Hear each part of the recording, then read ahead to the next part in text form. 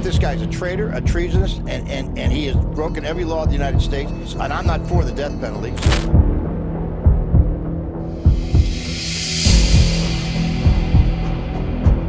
Satu klik, ratusan ribu rahasia milik negara adidaya jatuh ke tangan publik. Bukan dibocorkan oleh musuh, tapi oleh warganya sendiri. Dokumen perang, video pembantaian, peta penyadapan, kebusukan pemimpin dunia. Semua keluar ke permukaan tanpa sensor, tanpa izin, dan tanpa bisa dihentikan. Seketika, Washington dilanda panik dan Pentagon lumpuh. CIA kehilangan kendali dan tidak ada ruang lagi untuk berbohong di muka rakyat Amerika serta dunia. Karena dalam dokumen-dokumen itulah dunia selama ini membohongi kita. Inilah Julian Assange, sang pembuat Wikileaks. Dia bukan agen intelijen maupun tentara, hanya seorang jurnalis sekaligus mantan hacker yang kini menjadi musuh Amerika. Lewat Wikileaks, ia membongkar apa yang selama ini dijaga ketat di ruang-ruang rahasia para elit pemilik kekuasaan. Tapi, apa sebenarnya isi dokumen-dokumen itu? Kenapa pemerintah Amerika Serikat begitu ketakutan? Dan kenapa Indonesia ikut disebut dalam dokumen rahasia mereka? SBY disebut terlibat dalam kasus suap perusahaan percetakan uang dari Australia.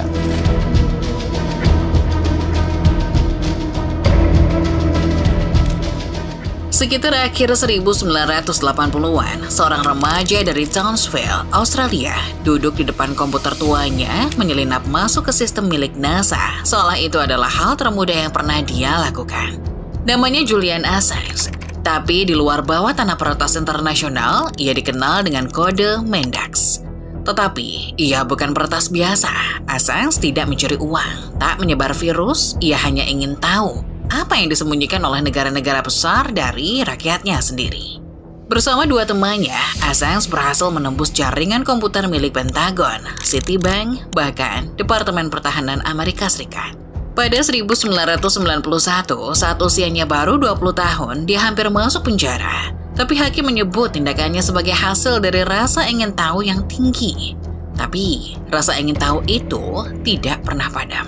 Tahun 2006, Assange mendirikan sesuatu yang akan mengubah wajah dunia selamanya, Wikileaks. Sebuah situs yang memungkinkan siapapun, dari manapun, membocorkan dokumen rahasia secara anonim. Tak ada edit, tak ada sensor, tak ada intervensi redaksi.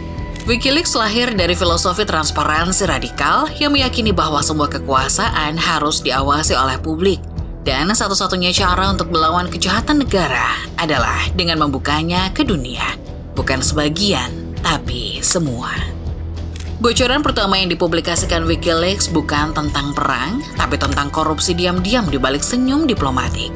Tahun 2007, Wikileaks merilis laporan dari firma investigasi asal Inggris Kroll & Associates yang menunjukkan bahwa keluarga mantan Presiden Kenya, Daniel Arap Moi, telah menggelapkan lebih dari $3 miliar selama 24 tahun masa jabatannya sejak 1978. Jika dikonversi ke nilai sekarang, uang sebanyak itu setara dengan $5,28 miliar atau sekitar 83 triliun rupiah. Laporan itu mengungkap bagaimana kekayaan negara Kenya dicuci lewat jaringan internasional, seperti membeli properti mewah di London dan New York, perusahaan-perusahaan di Afrika Selatan, hingga peternakan seluas 10.000 hektar di Australia.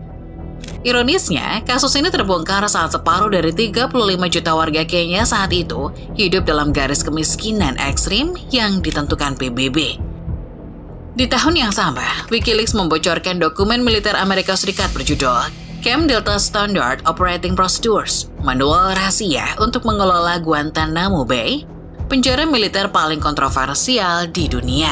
Dalam ribuan halaman dokumen rahasia yang belum pernah dilihat publik atau media sebelumnya, terungkap bahwa dokumen-dokumen rahasia dari penjara di Kuba ini mencakup Detainee Assessment Briefs, memorandum internal dari Satuan Tugas Gabungan Guantanamo kepada Komando Selatan Amerika Serikat di Miami.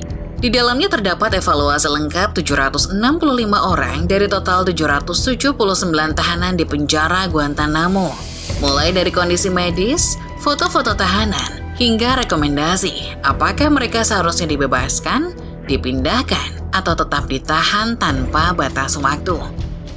Tak sedikit yang disebut tidak pernah melakukan pelanggaran langsung, tapi ditahan berdasarkan dugaan intelijen yang samar, tanpa pengadilan, tanpa pembelaan. Dokumen ini tidak hanya membongkar sistem penahanan tak berperi kemanusiaan, tetapi juga mengungkap sesuatu yang lebih mengerikan. Bahkan dugaan samar pun cukup untuk menghilangkan kebebasan seseorang selama belasan tahun. Tapi Julian Assange belum selesai. Kenya dan Guantanamo hanya pemanasan. Ia menyimpan satu kartu besar, sebuah ledakan informasi yang bukan hanya membongkar satu negara, tapi seluruh arsitektur kekuatan dunia. Apa sebenarnya isi bocoran itu? Dan bagaimana bisa seorang pria tanpa senjata, tanpa pasukan, bisa membuat negara adidaya kehilangan kendali?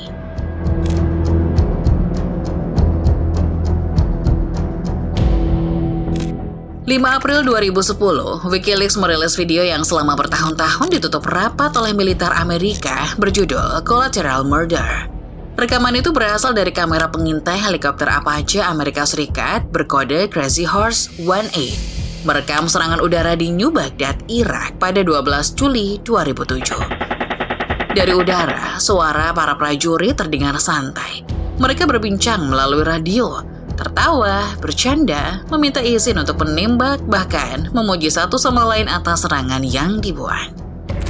Saat video dimulai, helikopter tersebut berputar-putar di atas kota.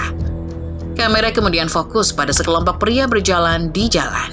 Di antara mereka, 2 jurnalis Reuters, Saeed Shemoh dan Namir Nur Aldin. Dari pantauan udara, para prajurit yang mengklaim melihat senjata meminta izin untuk menembak. Dan ketika perintah datang, peluru kaliber 30 x 113 mm ditembakkan dari udara. Sedikitnya 18 orang tewas seketika. Salah satu yang selamat namun kritis adalah Said. Kamera helikopter kemudian merekam saat ia merangkak di pinggir jalan, berdarah dari hantaman peluru berdiameter sebesar uang koin Rp1.000. Detik kemudian, sebuah van sipil datang, membawa 2 anak kecil bersama ayah mereka hendak mengantar sekolah. Pria-pria dari dalam van berusaha menolong Said, tapi dari udara suara dingin pilot berbunyi. Izin diberikan, van itu ditembak habis-habisan. 25 Juli 2010, publikasi Afghan War Diary meledak ke publik. Dunia tengah menyaksikan kecemasan mendalam tentang kegagalan strategi lonjakan militer Presiden Barack Obama ke konflik-konflik di Afghanistan. Pasukan koalisi kelelahan. Dan di hari yang sama, 2 personel Angkatan Laut Amerika Serikat ditangkap oleh Taliban di selatan Kabul.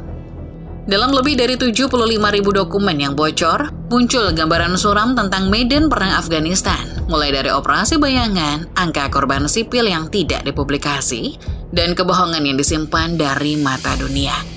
Catatan itu mengungkapkan bahwa pasukan khusus Amerika menjalankan unit rahasia bernama Task Force 373 yang bertugas memburu para pemimpin Taliban untuk dibunuh atau ditangkap tanpa pengadilan, tanpa pengawasan publik.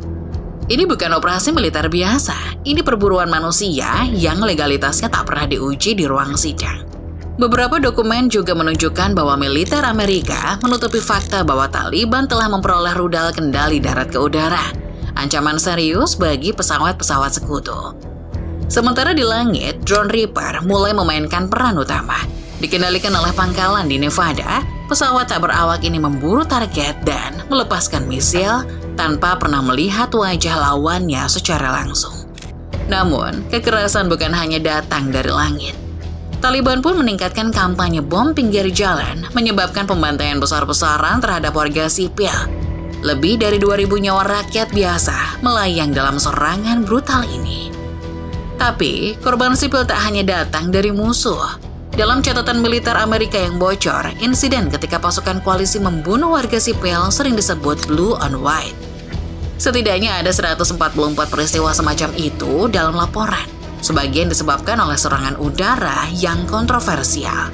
Tapi banyak lainnya terjadi karena tembakan refleks pasukan terhadap pengemudi atau pengendara motor tak bersenjata yang dispekulasikan akan melakukan bom bunuh diri. Hasilnya, setidaknya 195 warga sipil tewas dan 174 luka-luka. Dan itu baru angka yang diakui. Banyak insiden tidak tercatat dengan benar, dilaporkan secara tergesa, atau bahkan disembunyikan dari laporan harian militer. Misalnya pada 2007, pasukan Polandia meluncurkan serangan mortir ke sebuah desa. Mereka membantai sebuah pesta pernikahan termasuk seorang wanita hamil. Inggris pun ikut tercatat. Pasukan mereka terlibat dalam serangkaian penembakan tak biasa di Kabul antara Oktober dan November 2007. Salah satu korban adalah putra seorang jenderal Afghanistan. Ketika diminta klarifikasi, dokumen itu mencatat, penyelidikan dikendalikan oleh Inggris. Kamu tidak dapat memperoleh cerita lengkap. Tahun 2008, pasukan Prancis menembaki bus penuh anak-anak yang menyebabkan 8 terluka. Sementara patroli militer Amerika menembaki bus lain, melukai atau membunuh 15 penumpang. 22 Oktober 2010. WikiLeaks merilis apa yang kemudian disebut sebagai kebocoran militer terbesar dalam sejarah modern. The WikiLeaks website released nearly 400,000 secret U.S. files on the Iraq War late today. Hampir 392.000 laporan rahasia yang diberi nama The Iraq War Logs dibuka ke dunia. Semua ditulis langsung oleh prajurit-prajurit Amerika di medan perang Irak antara Januari 2004 hingga Desember 2009. Setiap entry disebut SIGAG atau Significant Action, tindakan penting yang dilaporkan saat kejadian. Inilah rekaman sejarah perang yang selama ini hanya diketahui oleh Pentagon dan Gedung Putih. Di dalamnya tercatat tidak kurang dari 109.000 kematian. Dari jumlah itu, 66.000 diantaranya adalah warga sipil. Artinya, 6 dari 10 korban perang Irak adalah rakyat biasa. Sisanya terdiri dari 23.984 orang yang dicap sebagai musuh, 15.196 pasukan pemerintah Irak, dan 3.771 tentara koalisi. Jika dijabarkan, setiap hari setidaknya ada 31 warga sipil terbunuh selama 6 tahun. Pasca kebocoran besar itu, Gedung Putih langsung bereaksi. Juru bicaranya, Robert Gibbs, menyebut WikiLeaks sebagai ancaman yang membahayakan nyawa warga Amerika dan mitranya. Pentagon menyebut tindakan Assange sebagai ceroboh dan berbahaya. Tapi apa yang membuat mereka benar-benar takut? Bukan hanya karena dokumen ini membuka borok perang, tapi juga diplomasi yang penuh manipulasi. Dan di dalam ratusan ribu surat diplomatik yang dibocorkan, nama Indonesia ikut tercantum. Tapi, apa sebenarnya yang tertulis di sana? Dan kenapa Amerika begitu tertarik mencatat setiap gerakan kecil dari dalam negeri kita?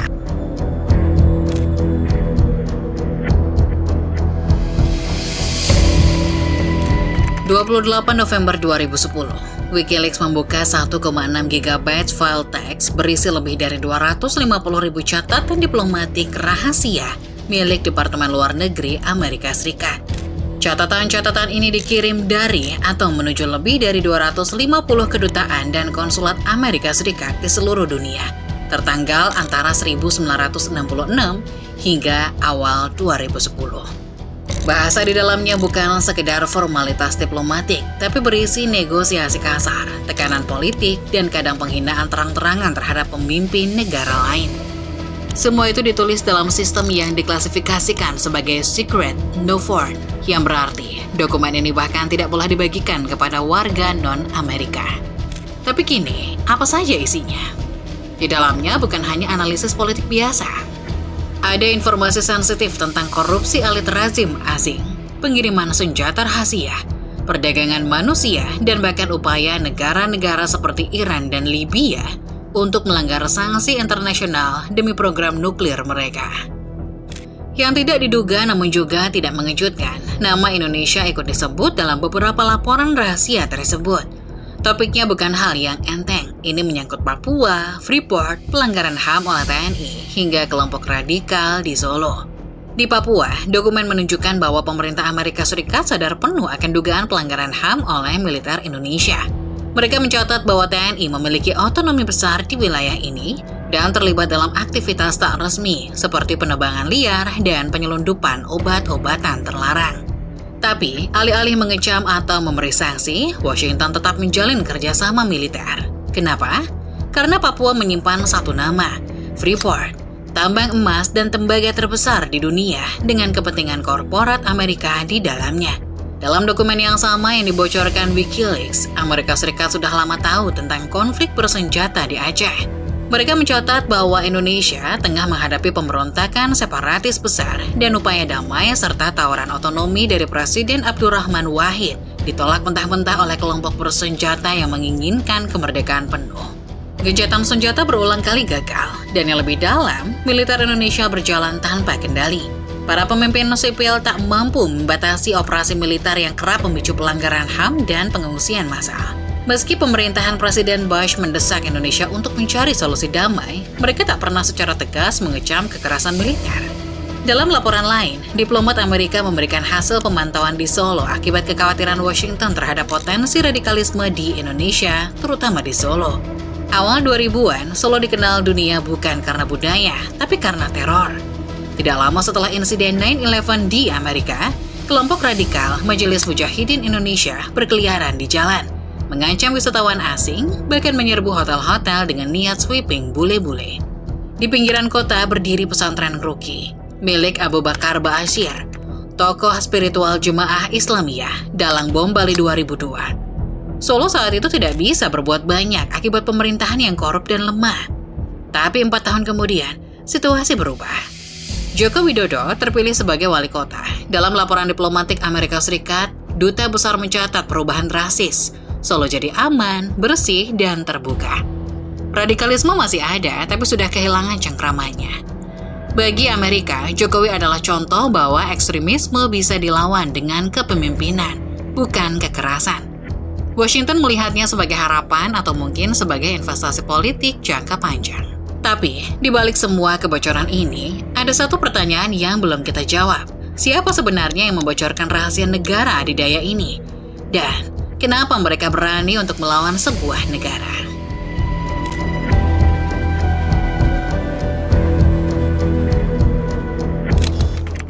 Chelsea Manning bukan whistleblower biasa. Saat tentara lain sibuk mengeksekusi perintah, Manning memilih melanggar diam-diam dengan satu tujuan, membuka mata dunia. Pada Maret 2011, ia didakwa atas 22 tuduhan. Mulai dari kepemilikan hingga distribusi ilegal, lebih dari 720.000 dokumen rahasia. Dan dalam dokumen tersebut, ada rekaman helikopter Apache yang menewaskan warga sipil serta jurnalis Reuters di Baghdad, dokumen operasi militer di Afghanistan dan Irak, serta puluhan ribu catatan diplomatik yang akhirnya menjadi bahan ledakan Cablegate. Tapi motifnya bukan untuk menjual data, bukan juga sabotase. Ia ingin membangkitkan debat publik tentang arah kebijakan luar negeri Amerika. Ia merasa terlalu banyak keputusan militer dilakukan diam-diam, tanpa pengawasan, tanpa pertanggungjawaban. Tahun berikutnya, giliran Assange yang diburu. Pada Juni 2012, Julian Assange mencari suaka di Kedutaan Besar Ekuador di London untuk menghindari ekstradisi ke Swedia atas tuduhan pelanggaran seksual yang pada akhirnya ia bantah. Ia bukan takut dihukum di Swedia, tapi ia tahu bahwa ekstradisi ke sana bisa jadi pintu masuk untuk menyerahkannya ke Amerika Serikat. Ekuador memberikan suaka politik pada Agustus 2012 dan Assange tinggal di kedutaan tersebut selama 7 tahun ke depan. Tapi di tengah pengepungan itu, nama baru muncul, Edward Snowden. Pada Juni 2013, Snowden, pakar keamanan siber Badan Keamanan Nasional Amerika Serikat atau NSA, membocorkan ribuan dokumen yang mengungkap program pengawasan massal pemerintah Amerika terhadap warga sipil. Di antaranya ada PRISM, XKeyscore, dan sistem yang memungkinkan data pribadi jutaan orang dikumpulkan tanpa izin. Tujuannya untuk memberitahu publik tentang sejauh mana pemerintah mengawasi komunikasi elektronik tanpa sepengetahuan atau persetujuan mereka. Snowden tidak mengirim bocoran dokumen ke Wikileaks, tapi saat ia melarikan diri dari Hong Kong ke Moskow, Wikileaks melalui penasihat hukumnya Sarah Harrison membantu pelariannya. Dari bandara ke bandara, dari negara ke negara, Wikileaks selalu menjadi pendukung Snowden yang telah berani membuka kebusukan kelompok penguasa yang melanggar hak warga sipil. Pengungkapan oleh Manning dan Snowden bukan hanya membocorkan rahasia, mereka memicu lahirnya budaya baru, yaitu whistleblower digital. Kini, keberanian tak lagi berbentuk protes di jalan, tapi bisa lewat data, dokumen, dan server anonim yang terhubung dengan internet di seluruh dunia. Tapi, Apakah WikiLeaks berhenti di situ? Tidak. Justru saat perhatian dunia tertuju ke Snowden, WikiLeaks sedang menyusup lebih dalam. Apa yang mereka temukan? Pada 7 Maret 2017, WikiLeaks membuka bagian pertama dari dokumen Vault 7 berjudul Year Zero. Sebuah koleksi luar biasa berisi 8.761 file langsung dari jaringan internal CIA di pusat intelijen siber mereka di Langley, Virginia. File ini bukan tentang teori, tapi tentang alat-alat nyata yang digunakan CIA untuk menyusup ke perangkat digital modern, mulai dari sistem operasi Linux dan Windows, perangkat lunak komersial iPhone dan Android, hingga perangkat keras rumah tangga seperti Smart TV. CIA membangun arsenal senjata siber layaknya gudang militer, dengan ratusan exploit, malware, virus, dan trojan yang tidak mereka laporkan ke produsen seperti Apple, Google, dan Microsoft. Artinya, celah keamanan itu dibiarkan terbuka demi kepentingan CIA, meskipun bisa juga dimanfaatkan oleh hacker lain. Salah satu program yang dibongkar adalah Beeping Angel, dikembangkan bersama Badan Intelijen Inggris, M15. Program ini mengubah TV Samsung menjadi alat penyadap audio, bahkan saat TV itu tampak mati. WikiLeaks menyebutnya fake off mode. TV yang terlihat dalam kondisi mati itu sebenarnya sedang aktif dan merekam suara penghuni rumah, lalu mengirim datanya ke server CIA saat terhubung internet. Dalam dokumen Vault 7, WikiLeaks juga menemukan program bernama Marble Framework. Dokumen resmi CIA menyebut program ini sebagai obfuscation tool atau alat untuk mengacak jejak digital dari malware buatan CIA agar tidak bisa dilacak kembali ke sumbernya. Secara singkat, Marble berfungsi seperti topeng digital. Ia menyisipkan kode palsu ke dalam malware CIA menggunakan barisan teks dalam berbagai bahasa asing, termasuk Cina, Rusia, Arab, Persia, dan Korea. Tujuannya, menyesatkan tim forensik siber. Bahkan dalam dokumen internal, CIA menyebut bahwa Marble dirancang agar forensik digital tidak dapat menentukan siapa sebenarnya pelaku serangan. Ini bukan hanya penghindaran jejak. Ini adalah sebuah teknologi false flag, di mana serangan bisa dilakukan oleh satu negara, tapi tampak seperti serangan dari negara lain. Dalam sidang pengungkapan, Jaksa Federal menyebut kebocoran Vault 7 sebagai kebocoran data terbesar dalam sejarah CIA, dan salah satu pengungkapan informasi rahasia terbesar dalam sejarah Amerika Serikat.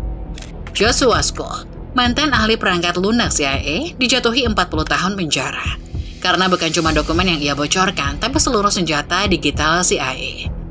Vault 7 membuka wajah baru perang modern, tanpa peluru, tanpa tentara, tapi bisa membuat negara runtuh dari dalam. Namun, semakin besar kebocoran, semakin sedikit yang berani bicara. Satu persatu dibungkam. Tapi bagaimana dengan sosok yang memulai semua ini, Julian Assange? Apa yang terjadi padanya setelah seluruh dunia tahu rahasia Amerika?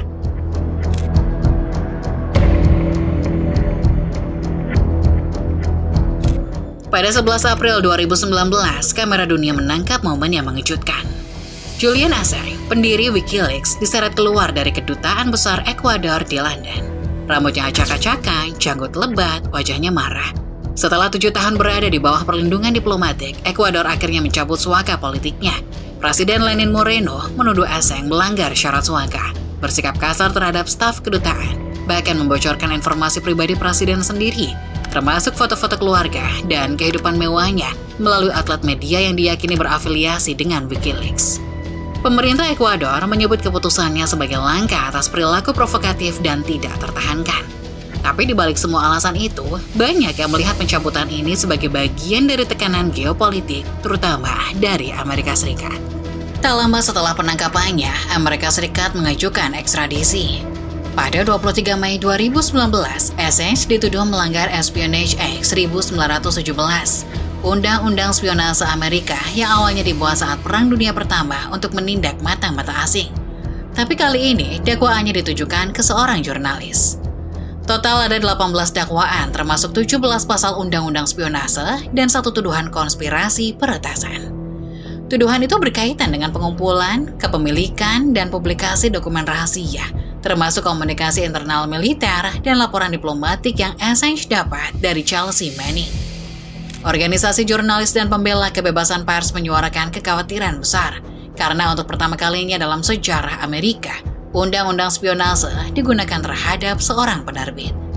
Ini bisa jadi contoh berbahaya bukan hanya untuk Assange, tapi juga untuk semua jurnalis yang menerbitkan dokumen pemerintah.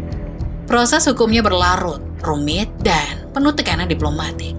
Pada Juni 2022, Menteri Dalam Negeri Inggris, Priti Patel, secara resmi menyetujui permintaan ekstradisi dari Amerika Serikat. Tapi Assange tak tinggal diam. Ia mengajukan banding dengan alasan bahwa ekstradisi itu bisa melanggar hak asasinya sebagai jurnalis dan warga negara asing. Maret 2024, Pengadilan Tinggi Inggris menangguhkan ekstradisi dan memberi waktu kepada Amerika hingga 16 April untuk menyediakan jaminan hukum bahwa Assange tidak akan dijatuhi hukuman mati dan bahwa haknya untuk kebebasan berekspresi akan dilindungi. Amerika memenuhi syarat itu dan akhirnya pada 24 Juni 2024, Pengadilan Inggris menyatakan bahwa proses hukum di Inggris telah selesai sepenuhnya.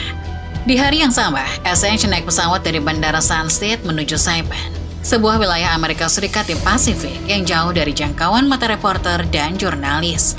Di sanalah ia mengaku bersalah atas satu tuduhan ringan, konspirasi untuk memperoleh dan mengungkap informasi rahasia secara tidak sah. Jaksa Amerika tidak menjatuhkan hukuman tambahan. Assange dibebaskan dengan hukuman dianggap sudah dijalani selama ia ditahan di Inggris. 3 jam setelah mendengar putusan hakim Amerika, Assange segera kembali ke Australia dan berkumpul bersama keluarga. Kita hidup di zaman ketika perang bisa dimulai dari satu dokumen dan kejujuran bisa disebut sebagai ancaman.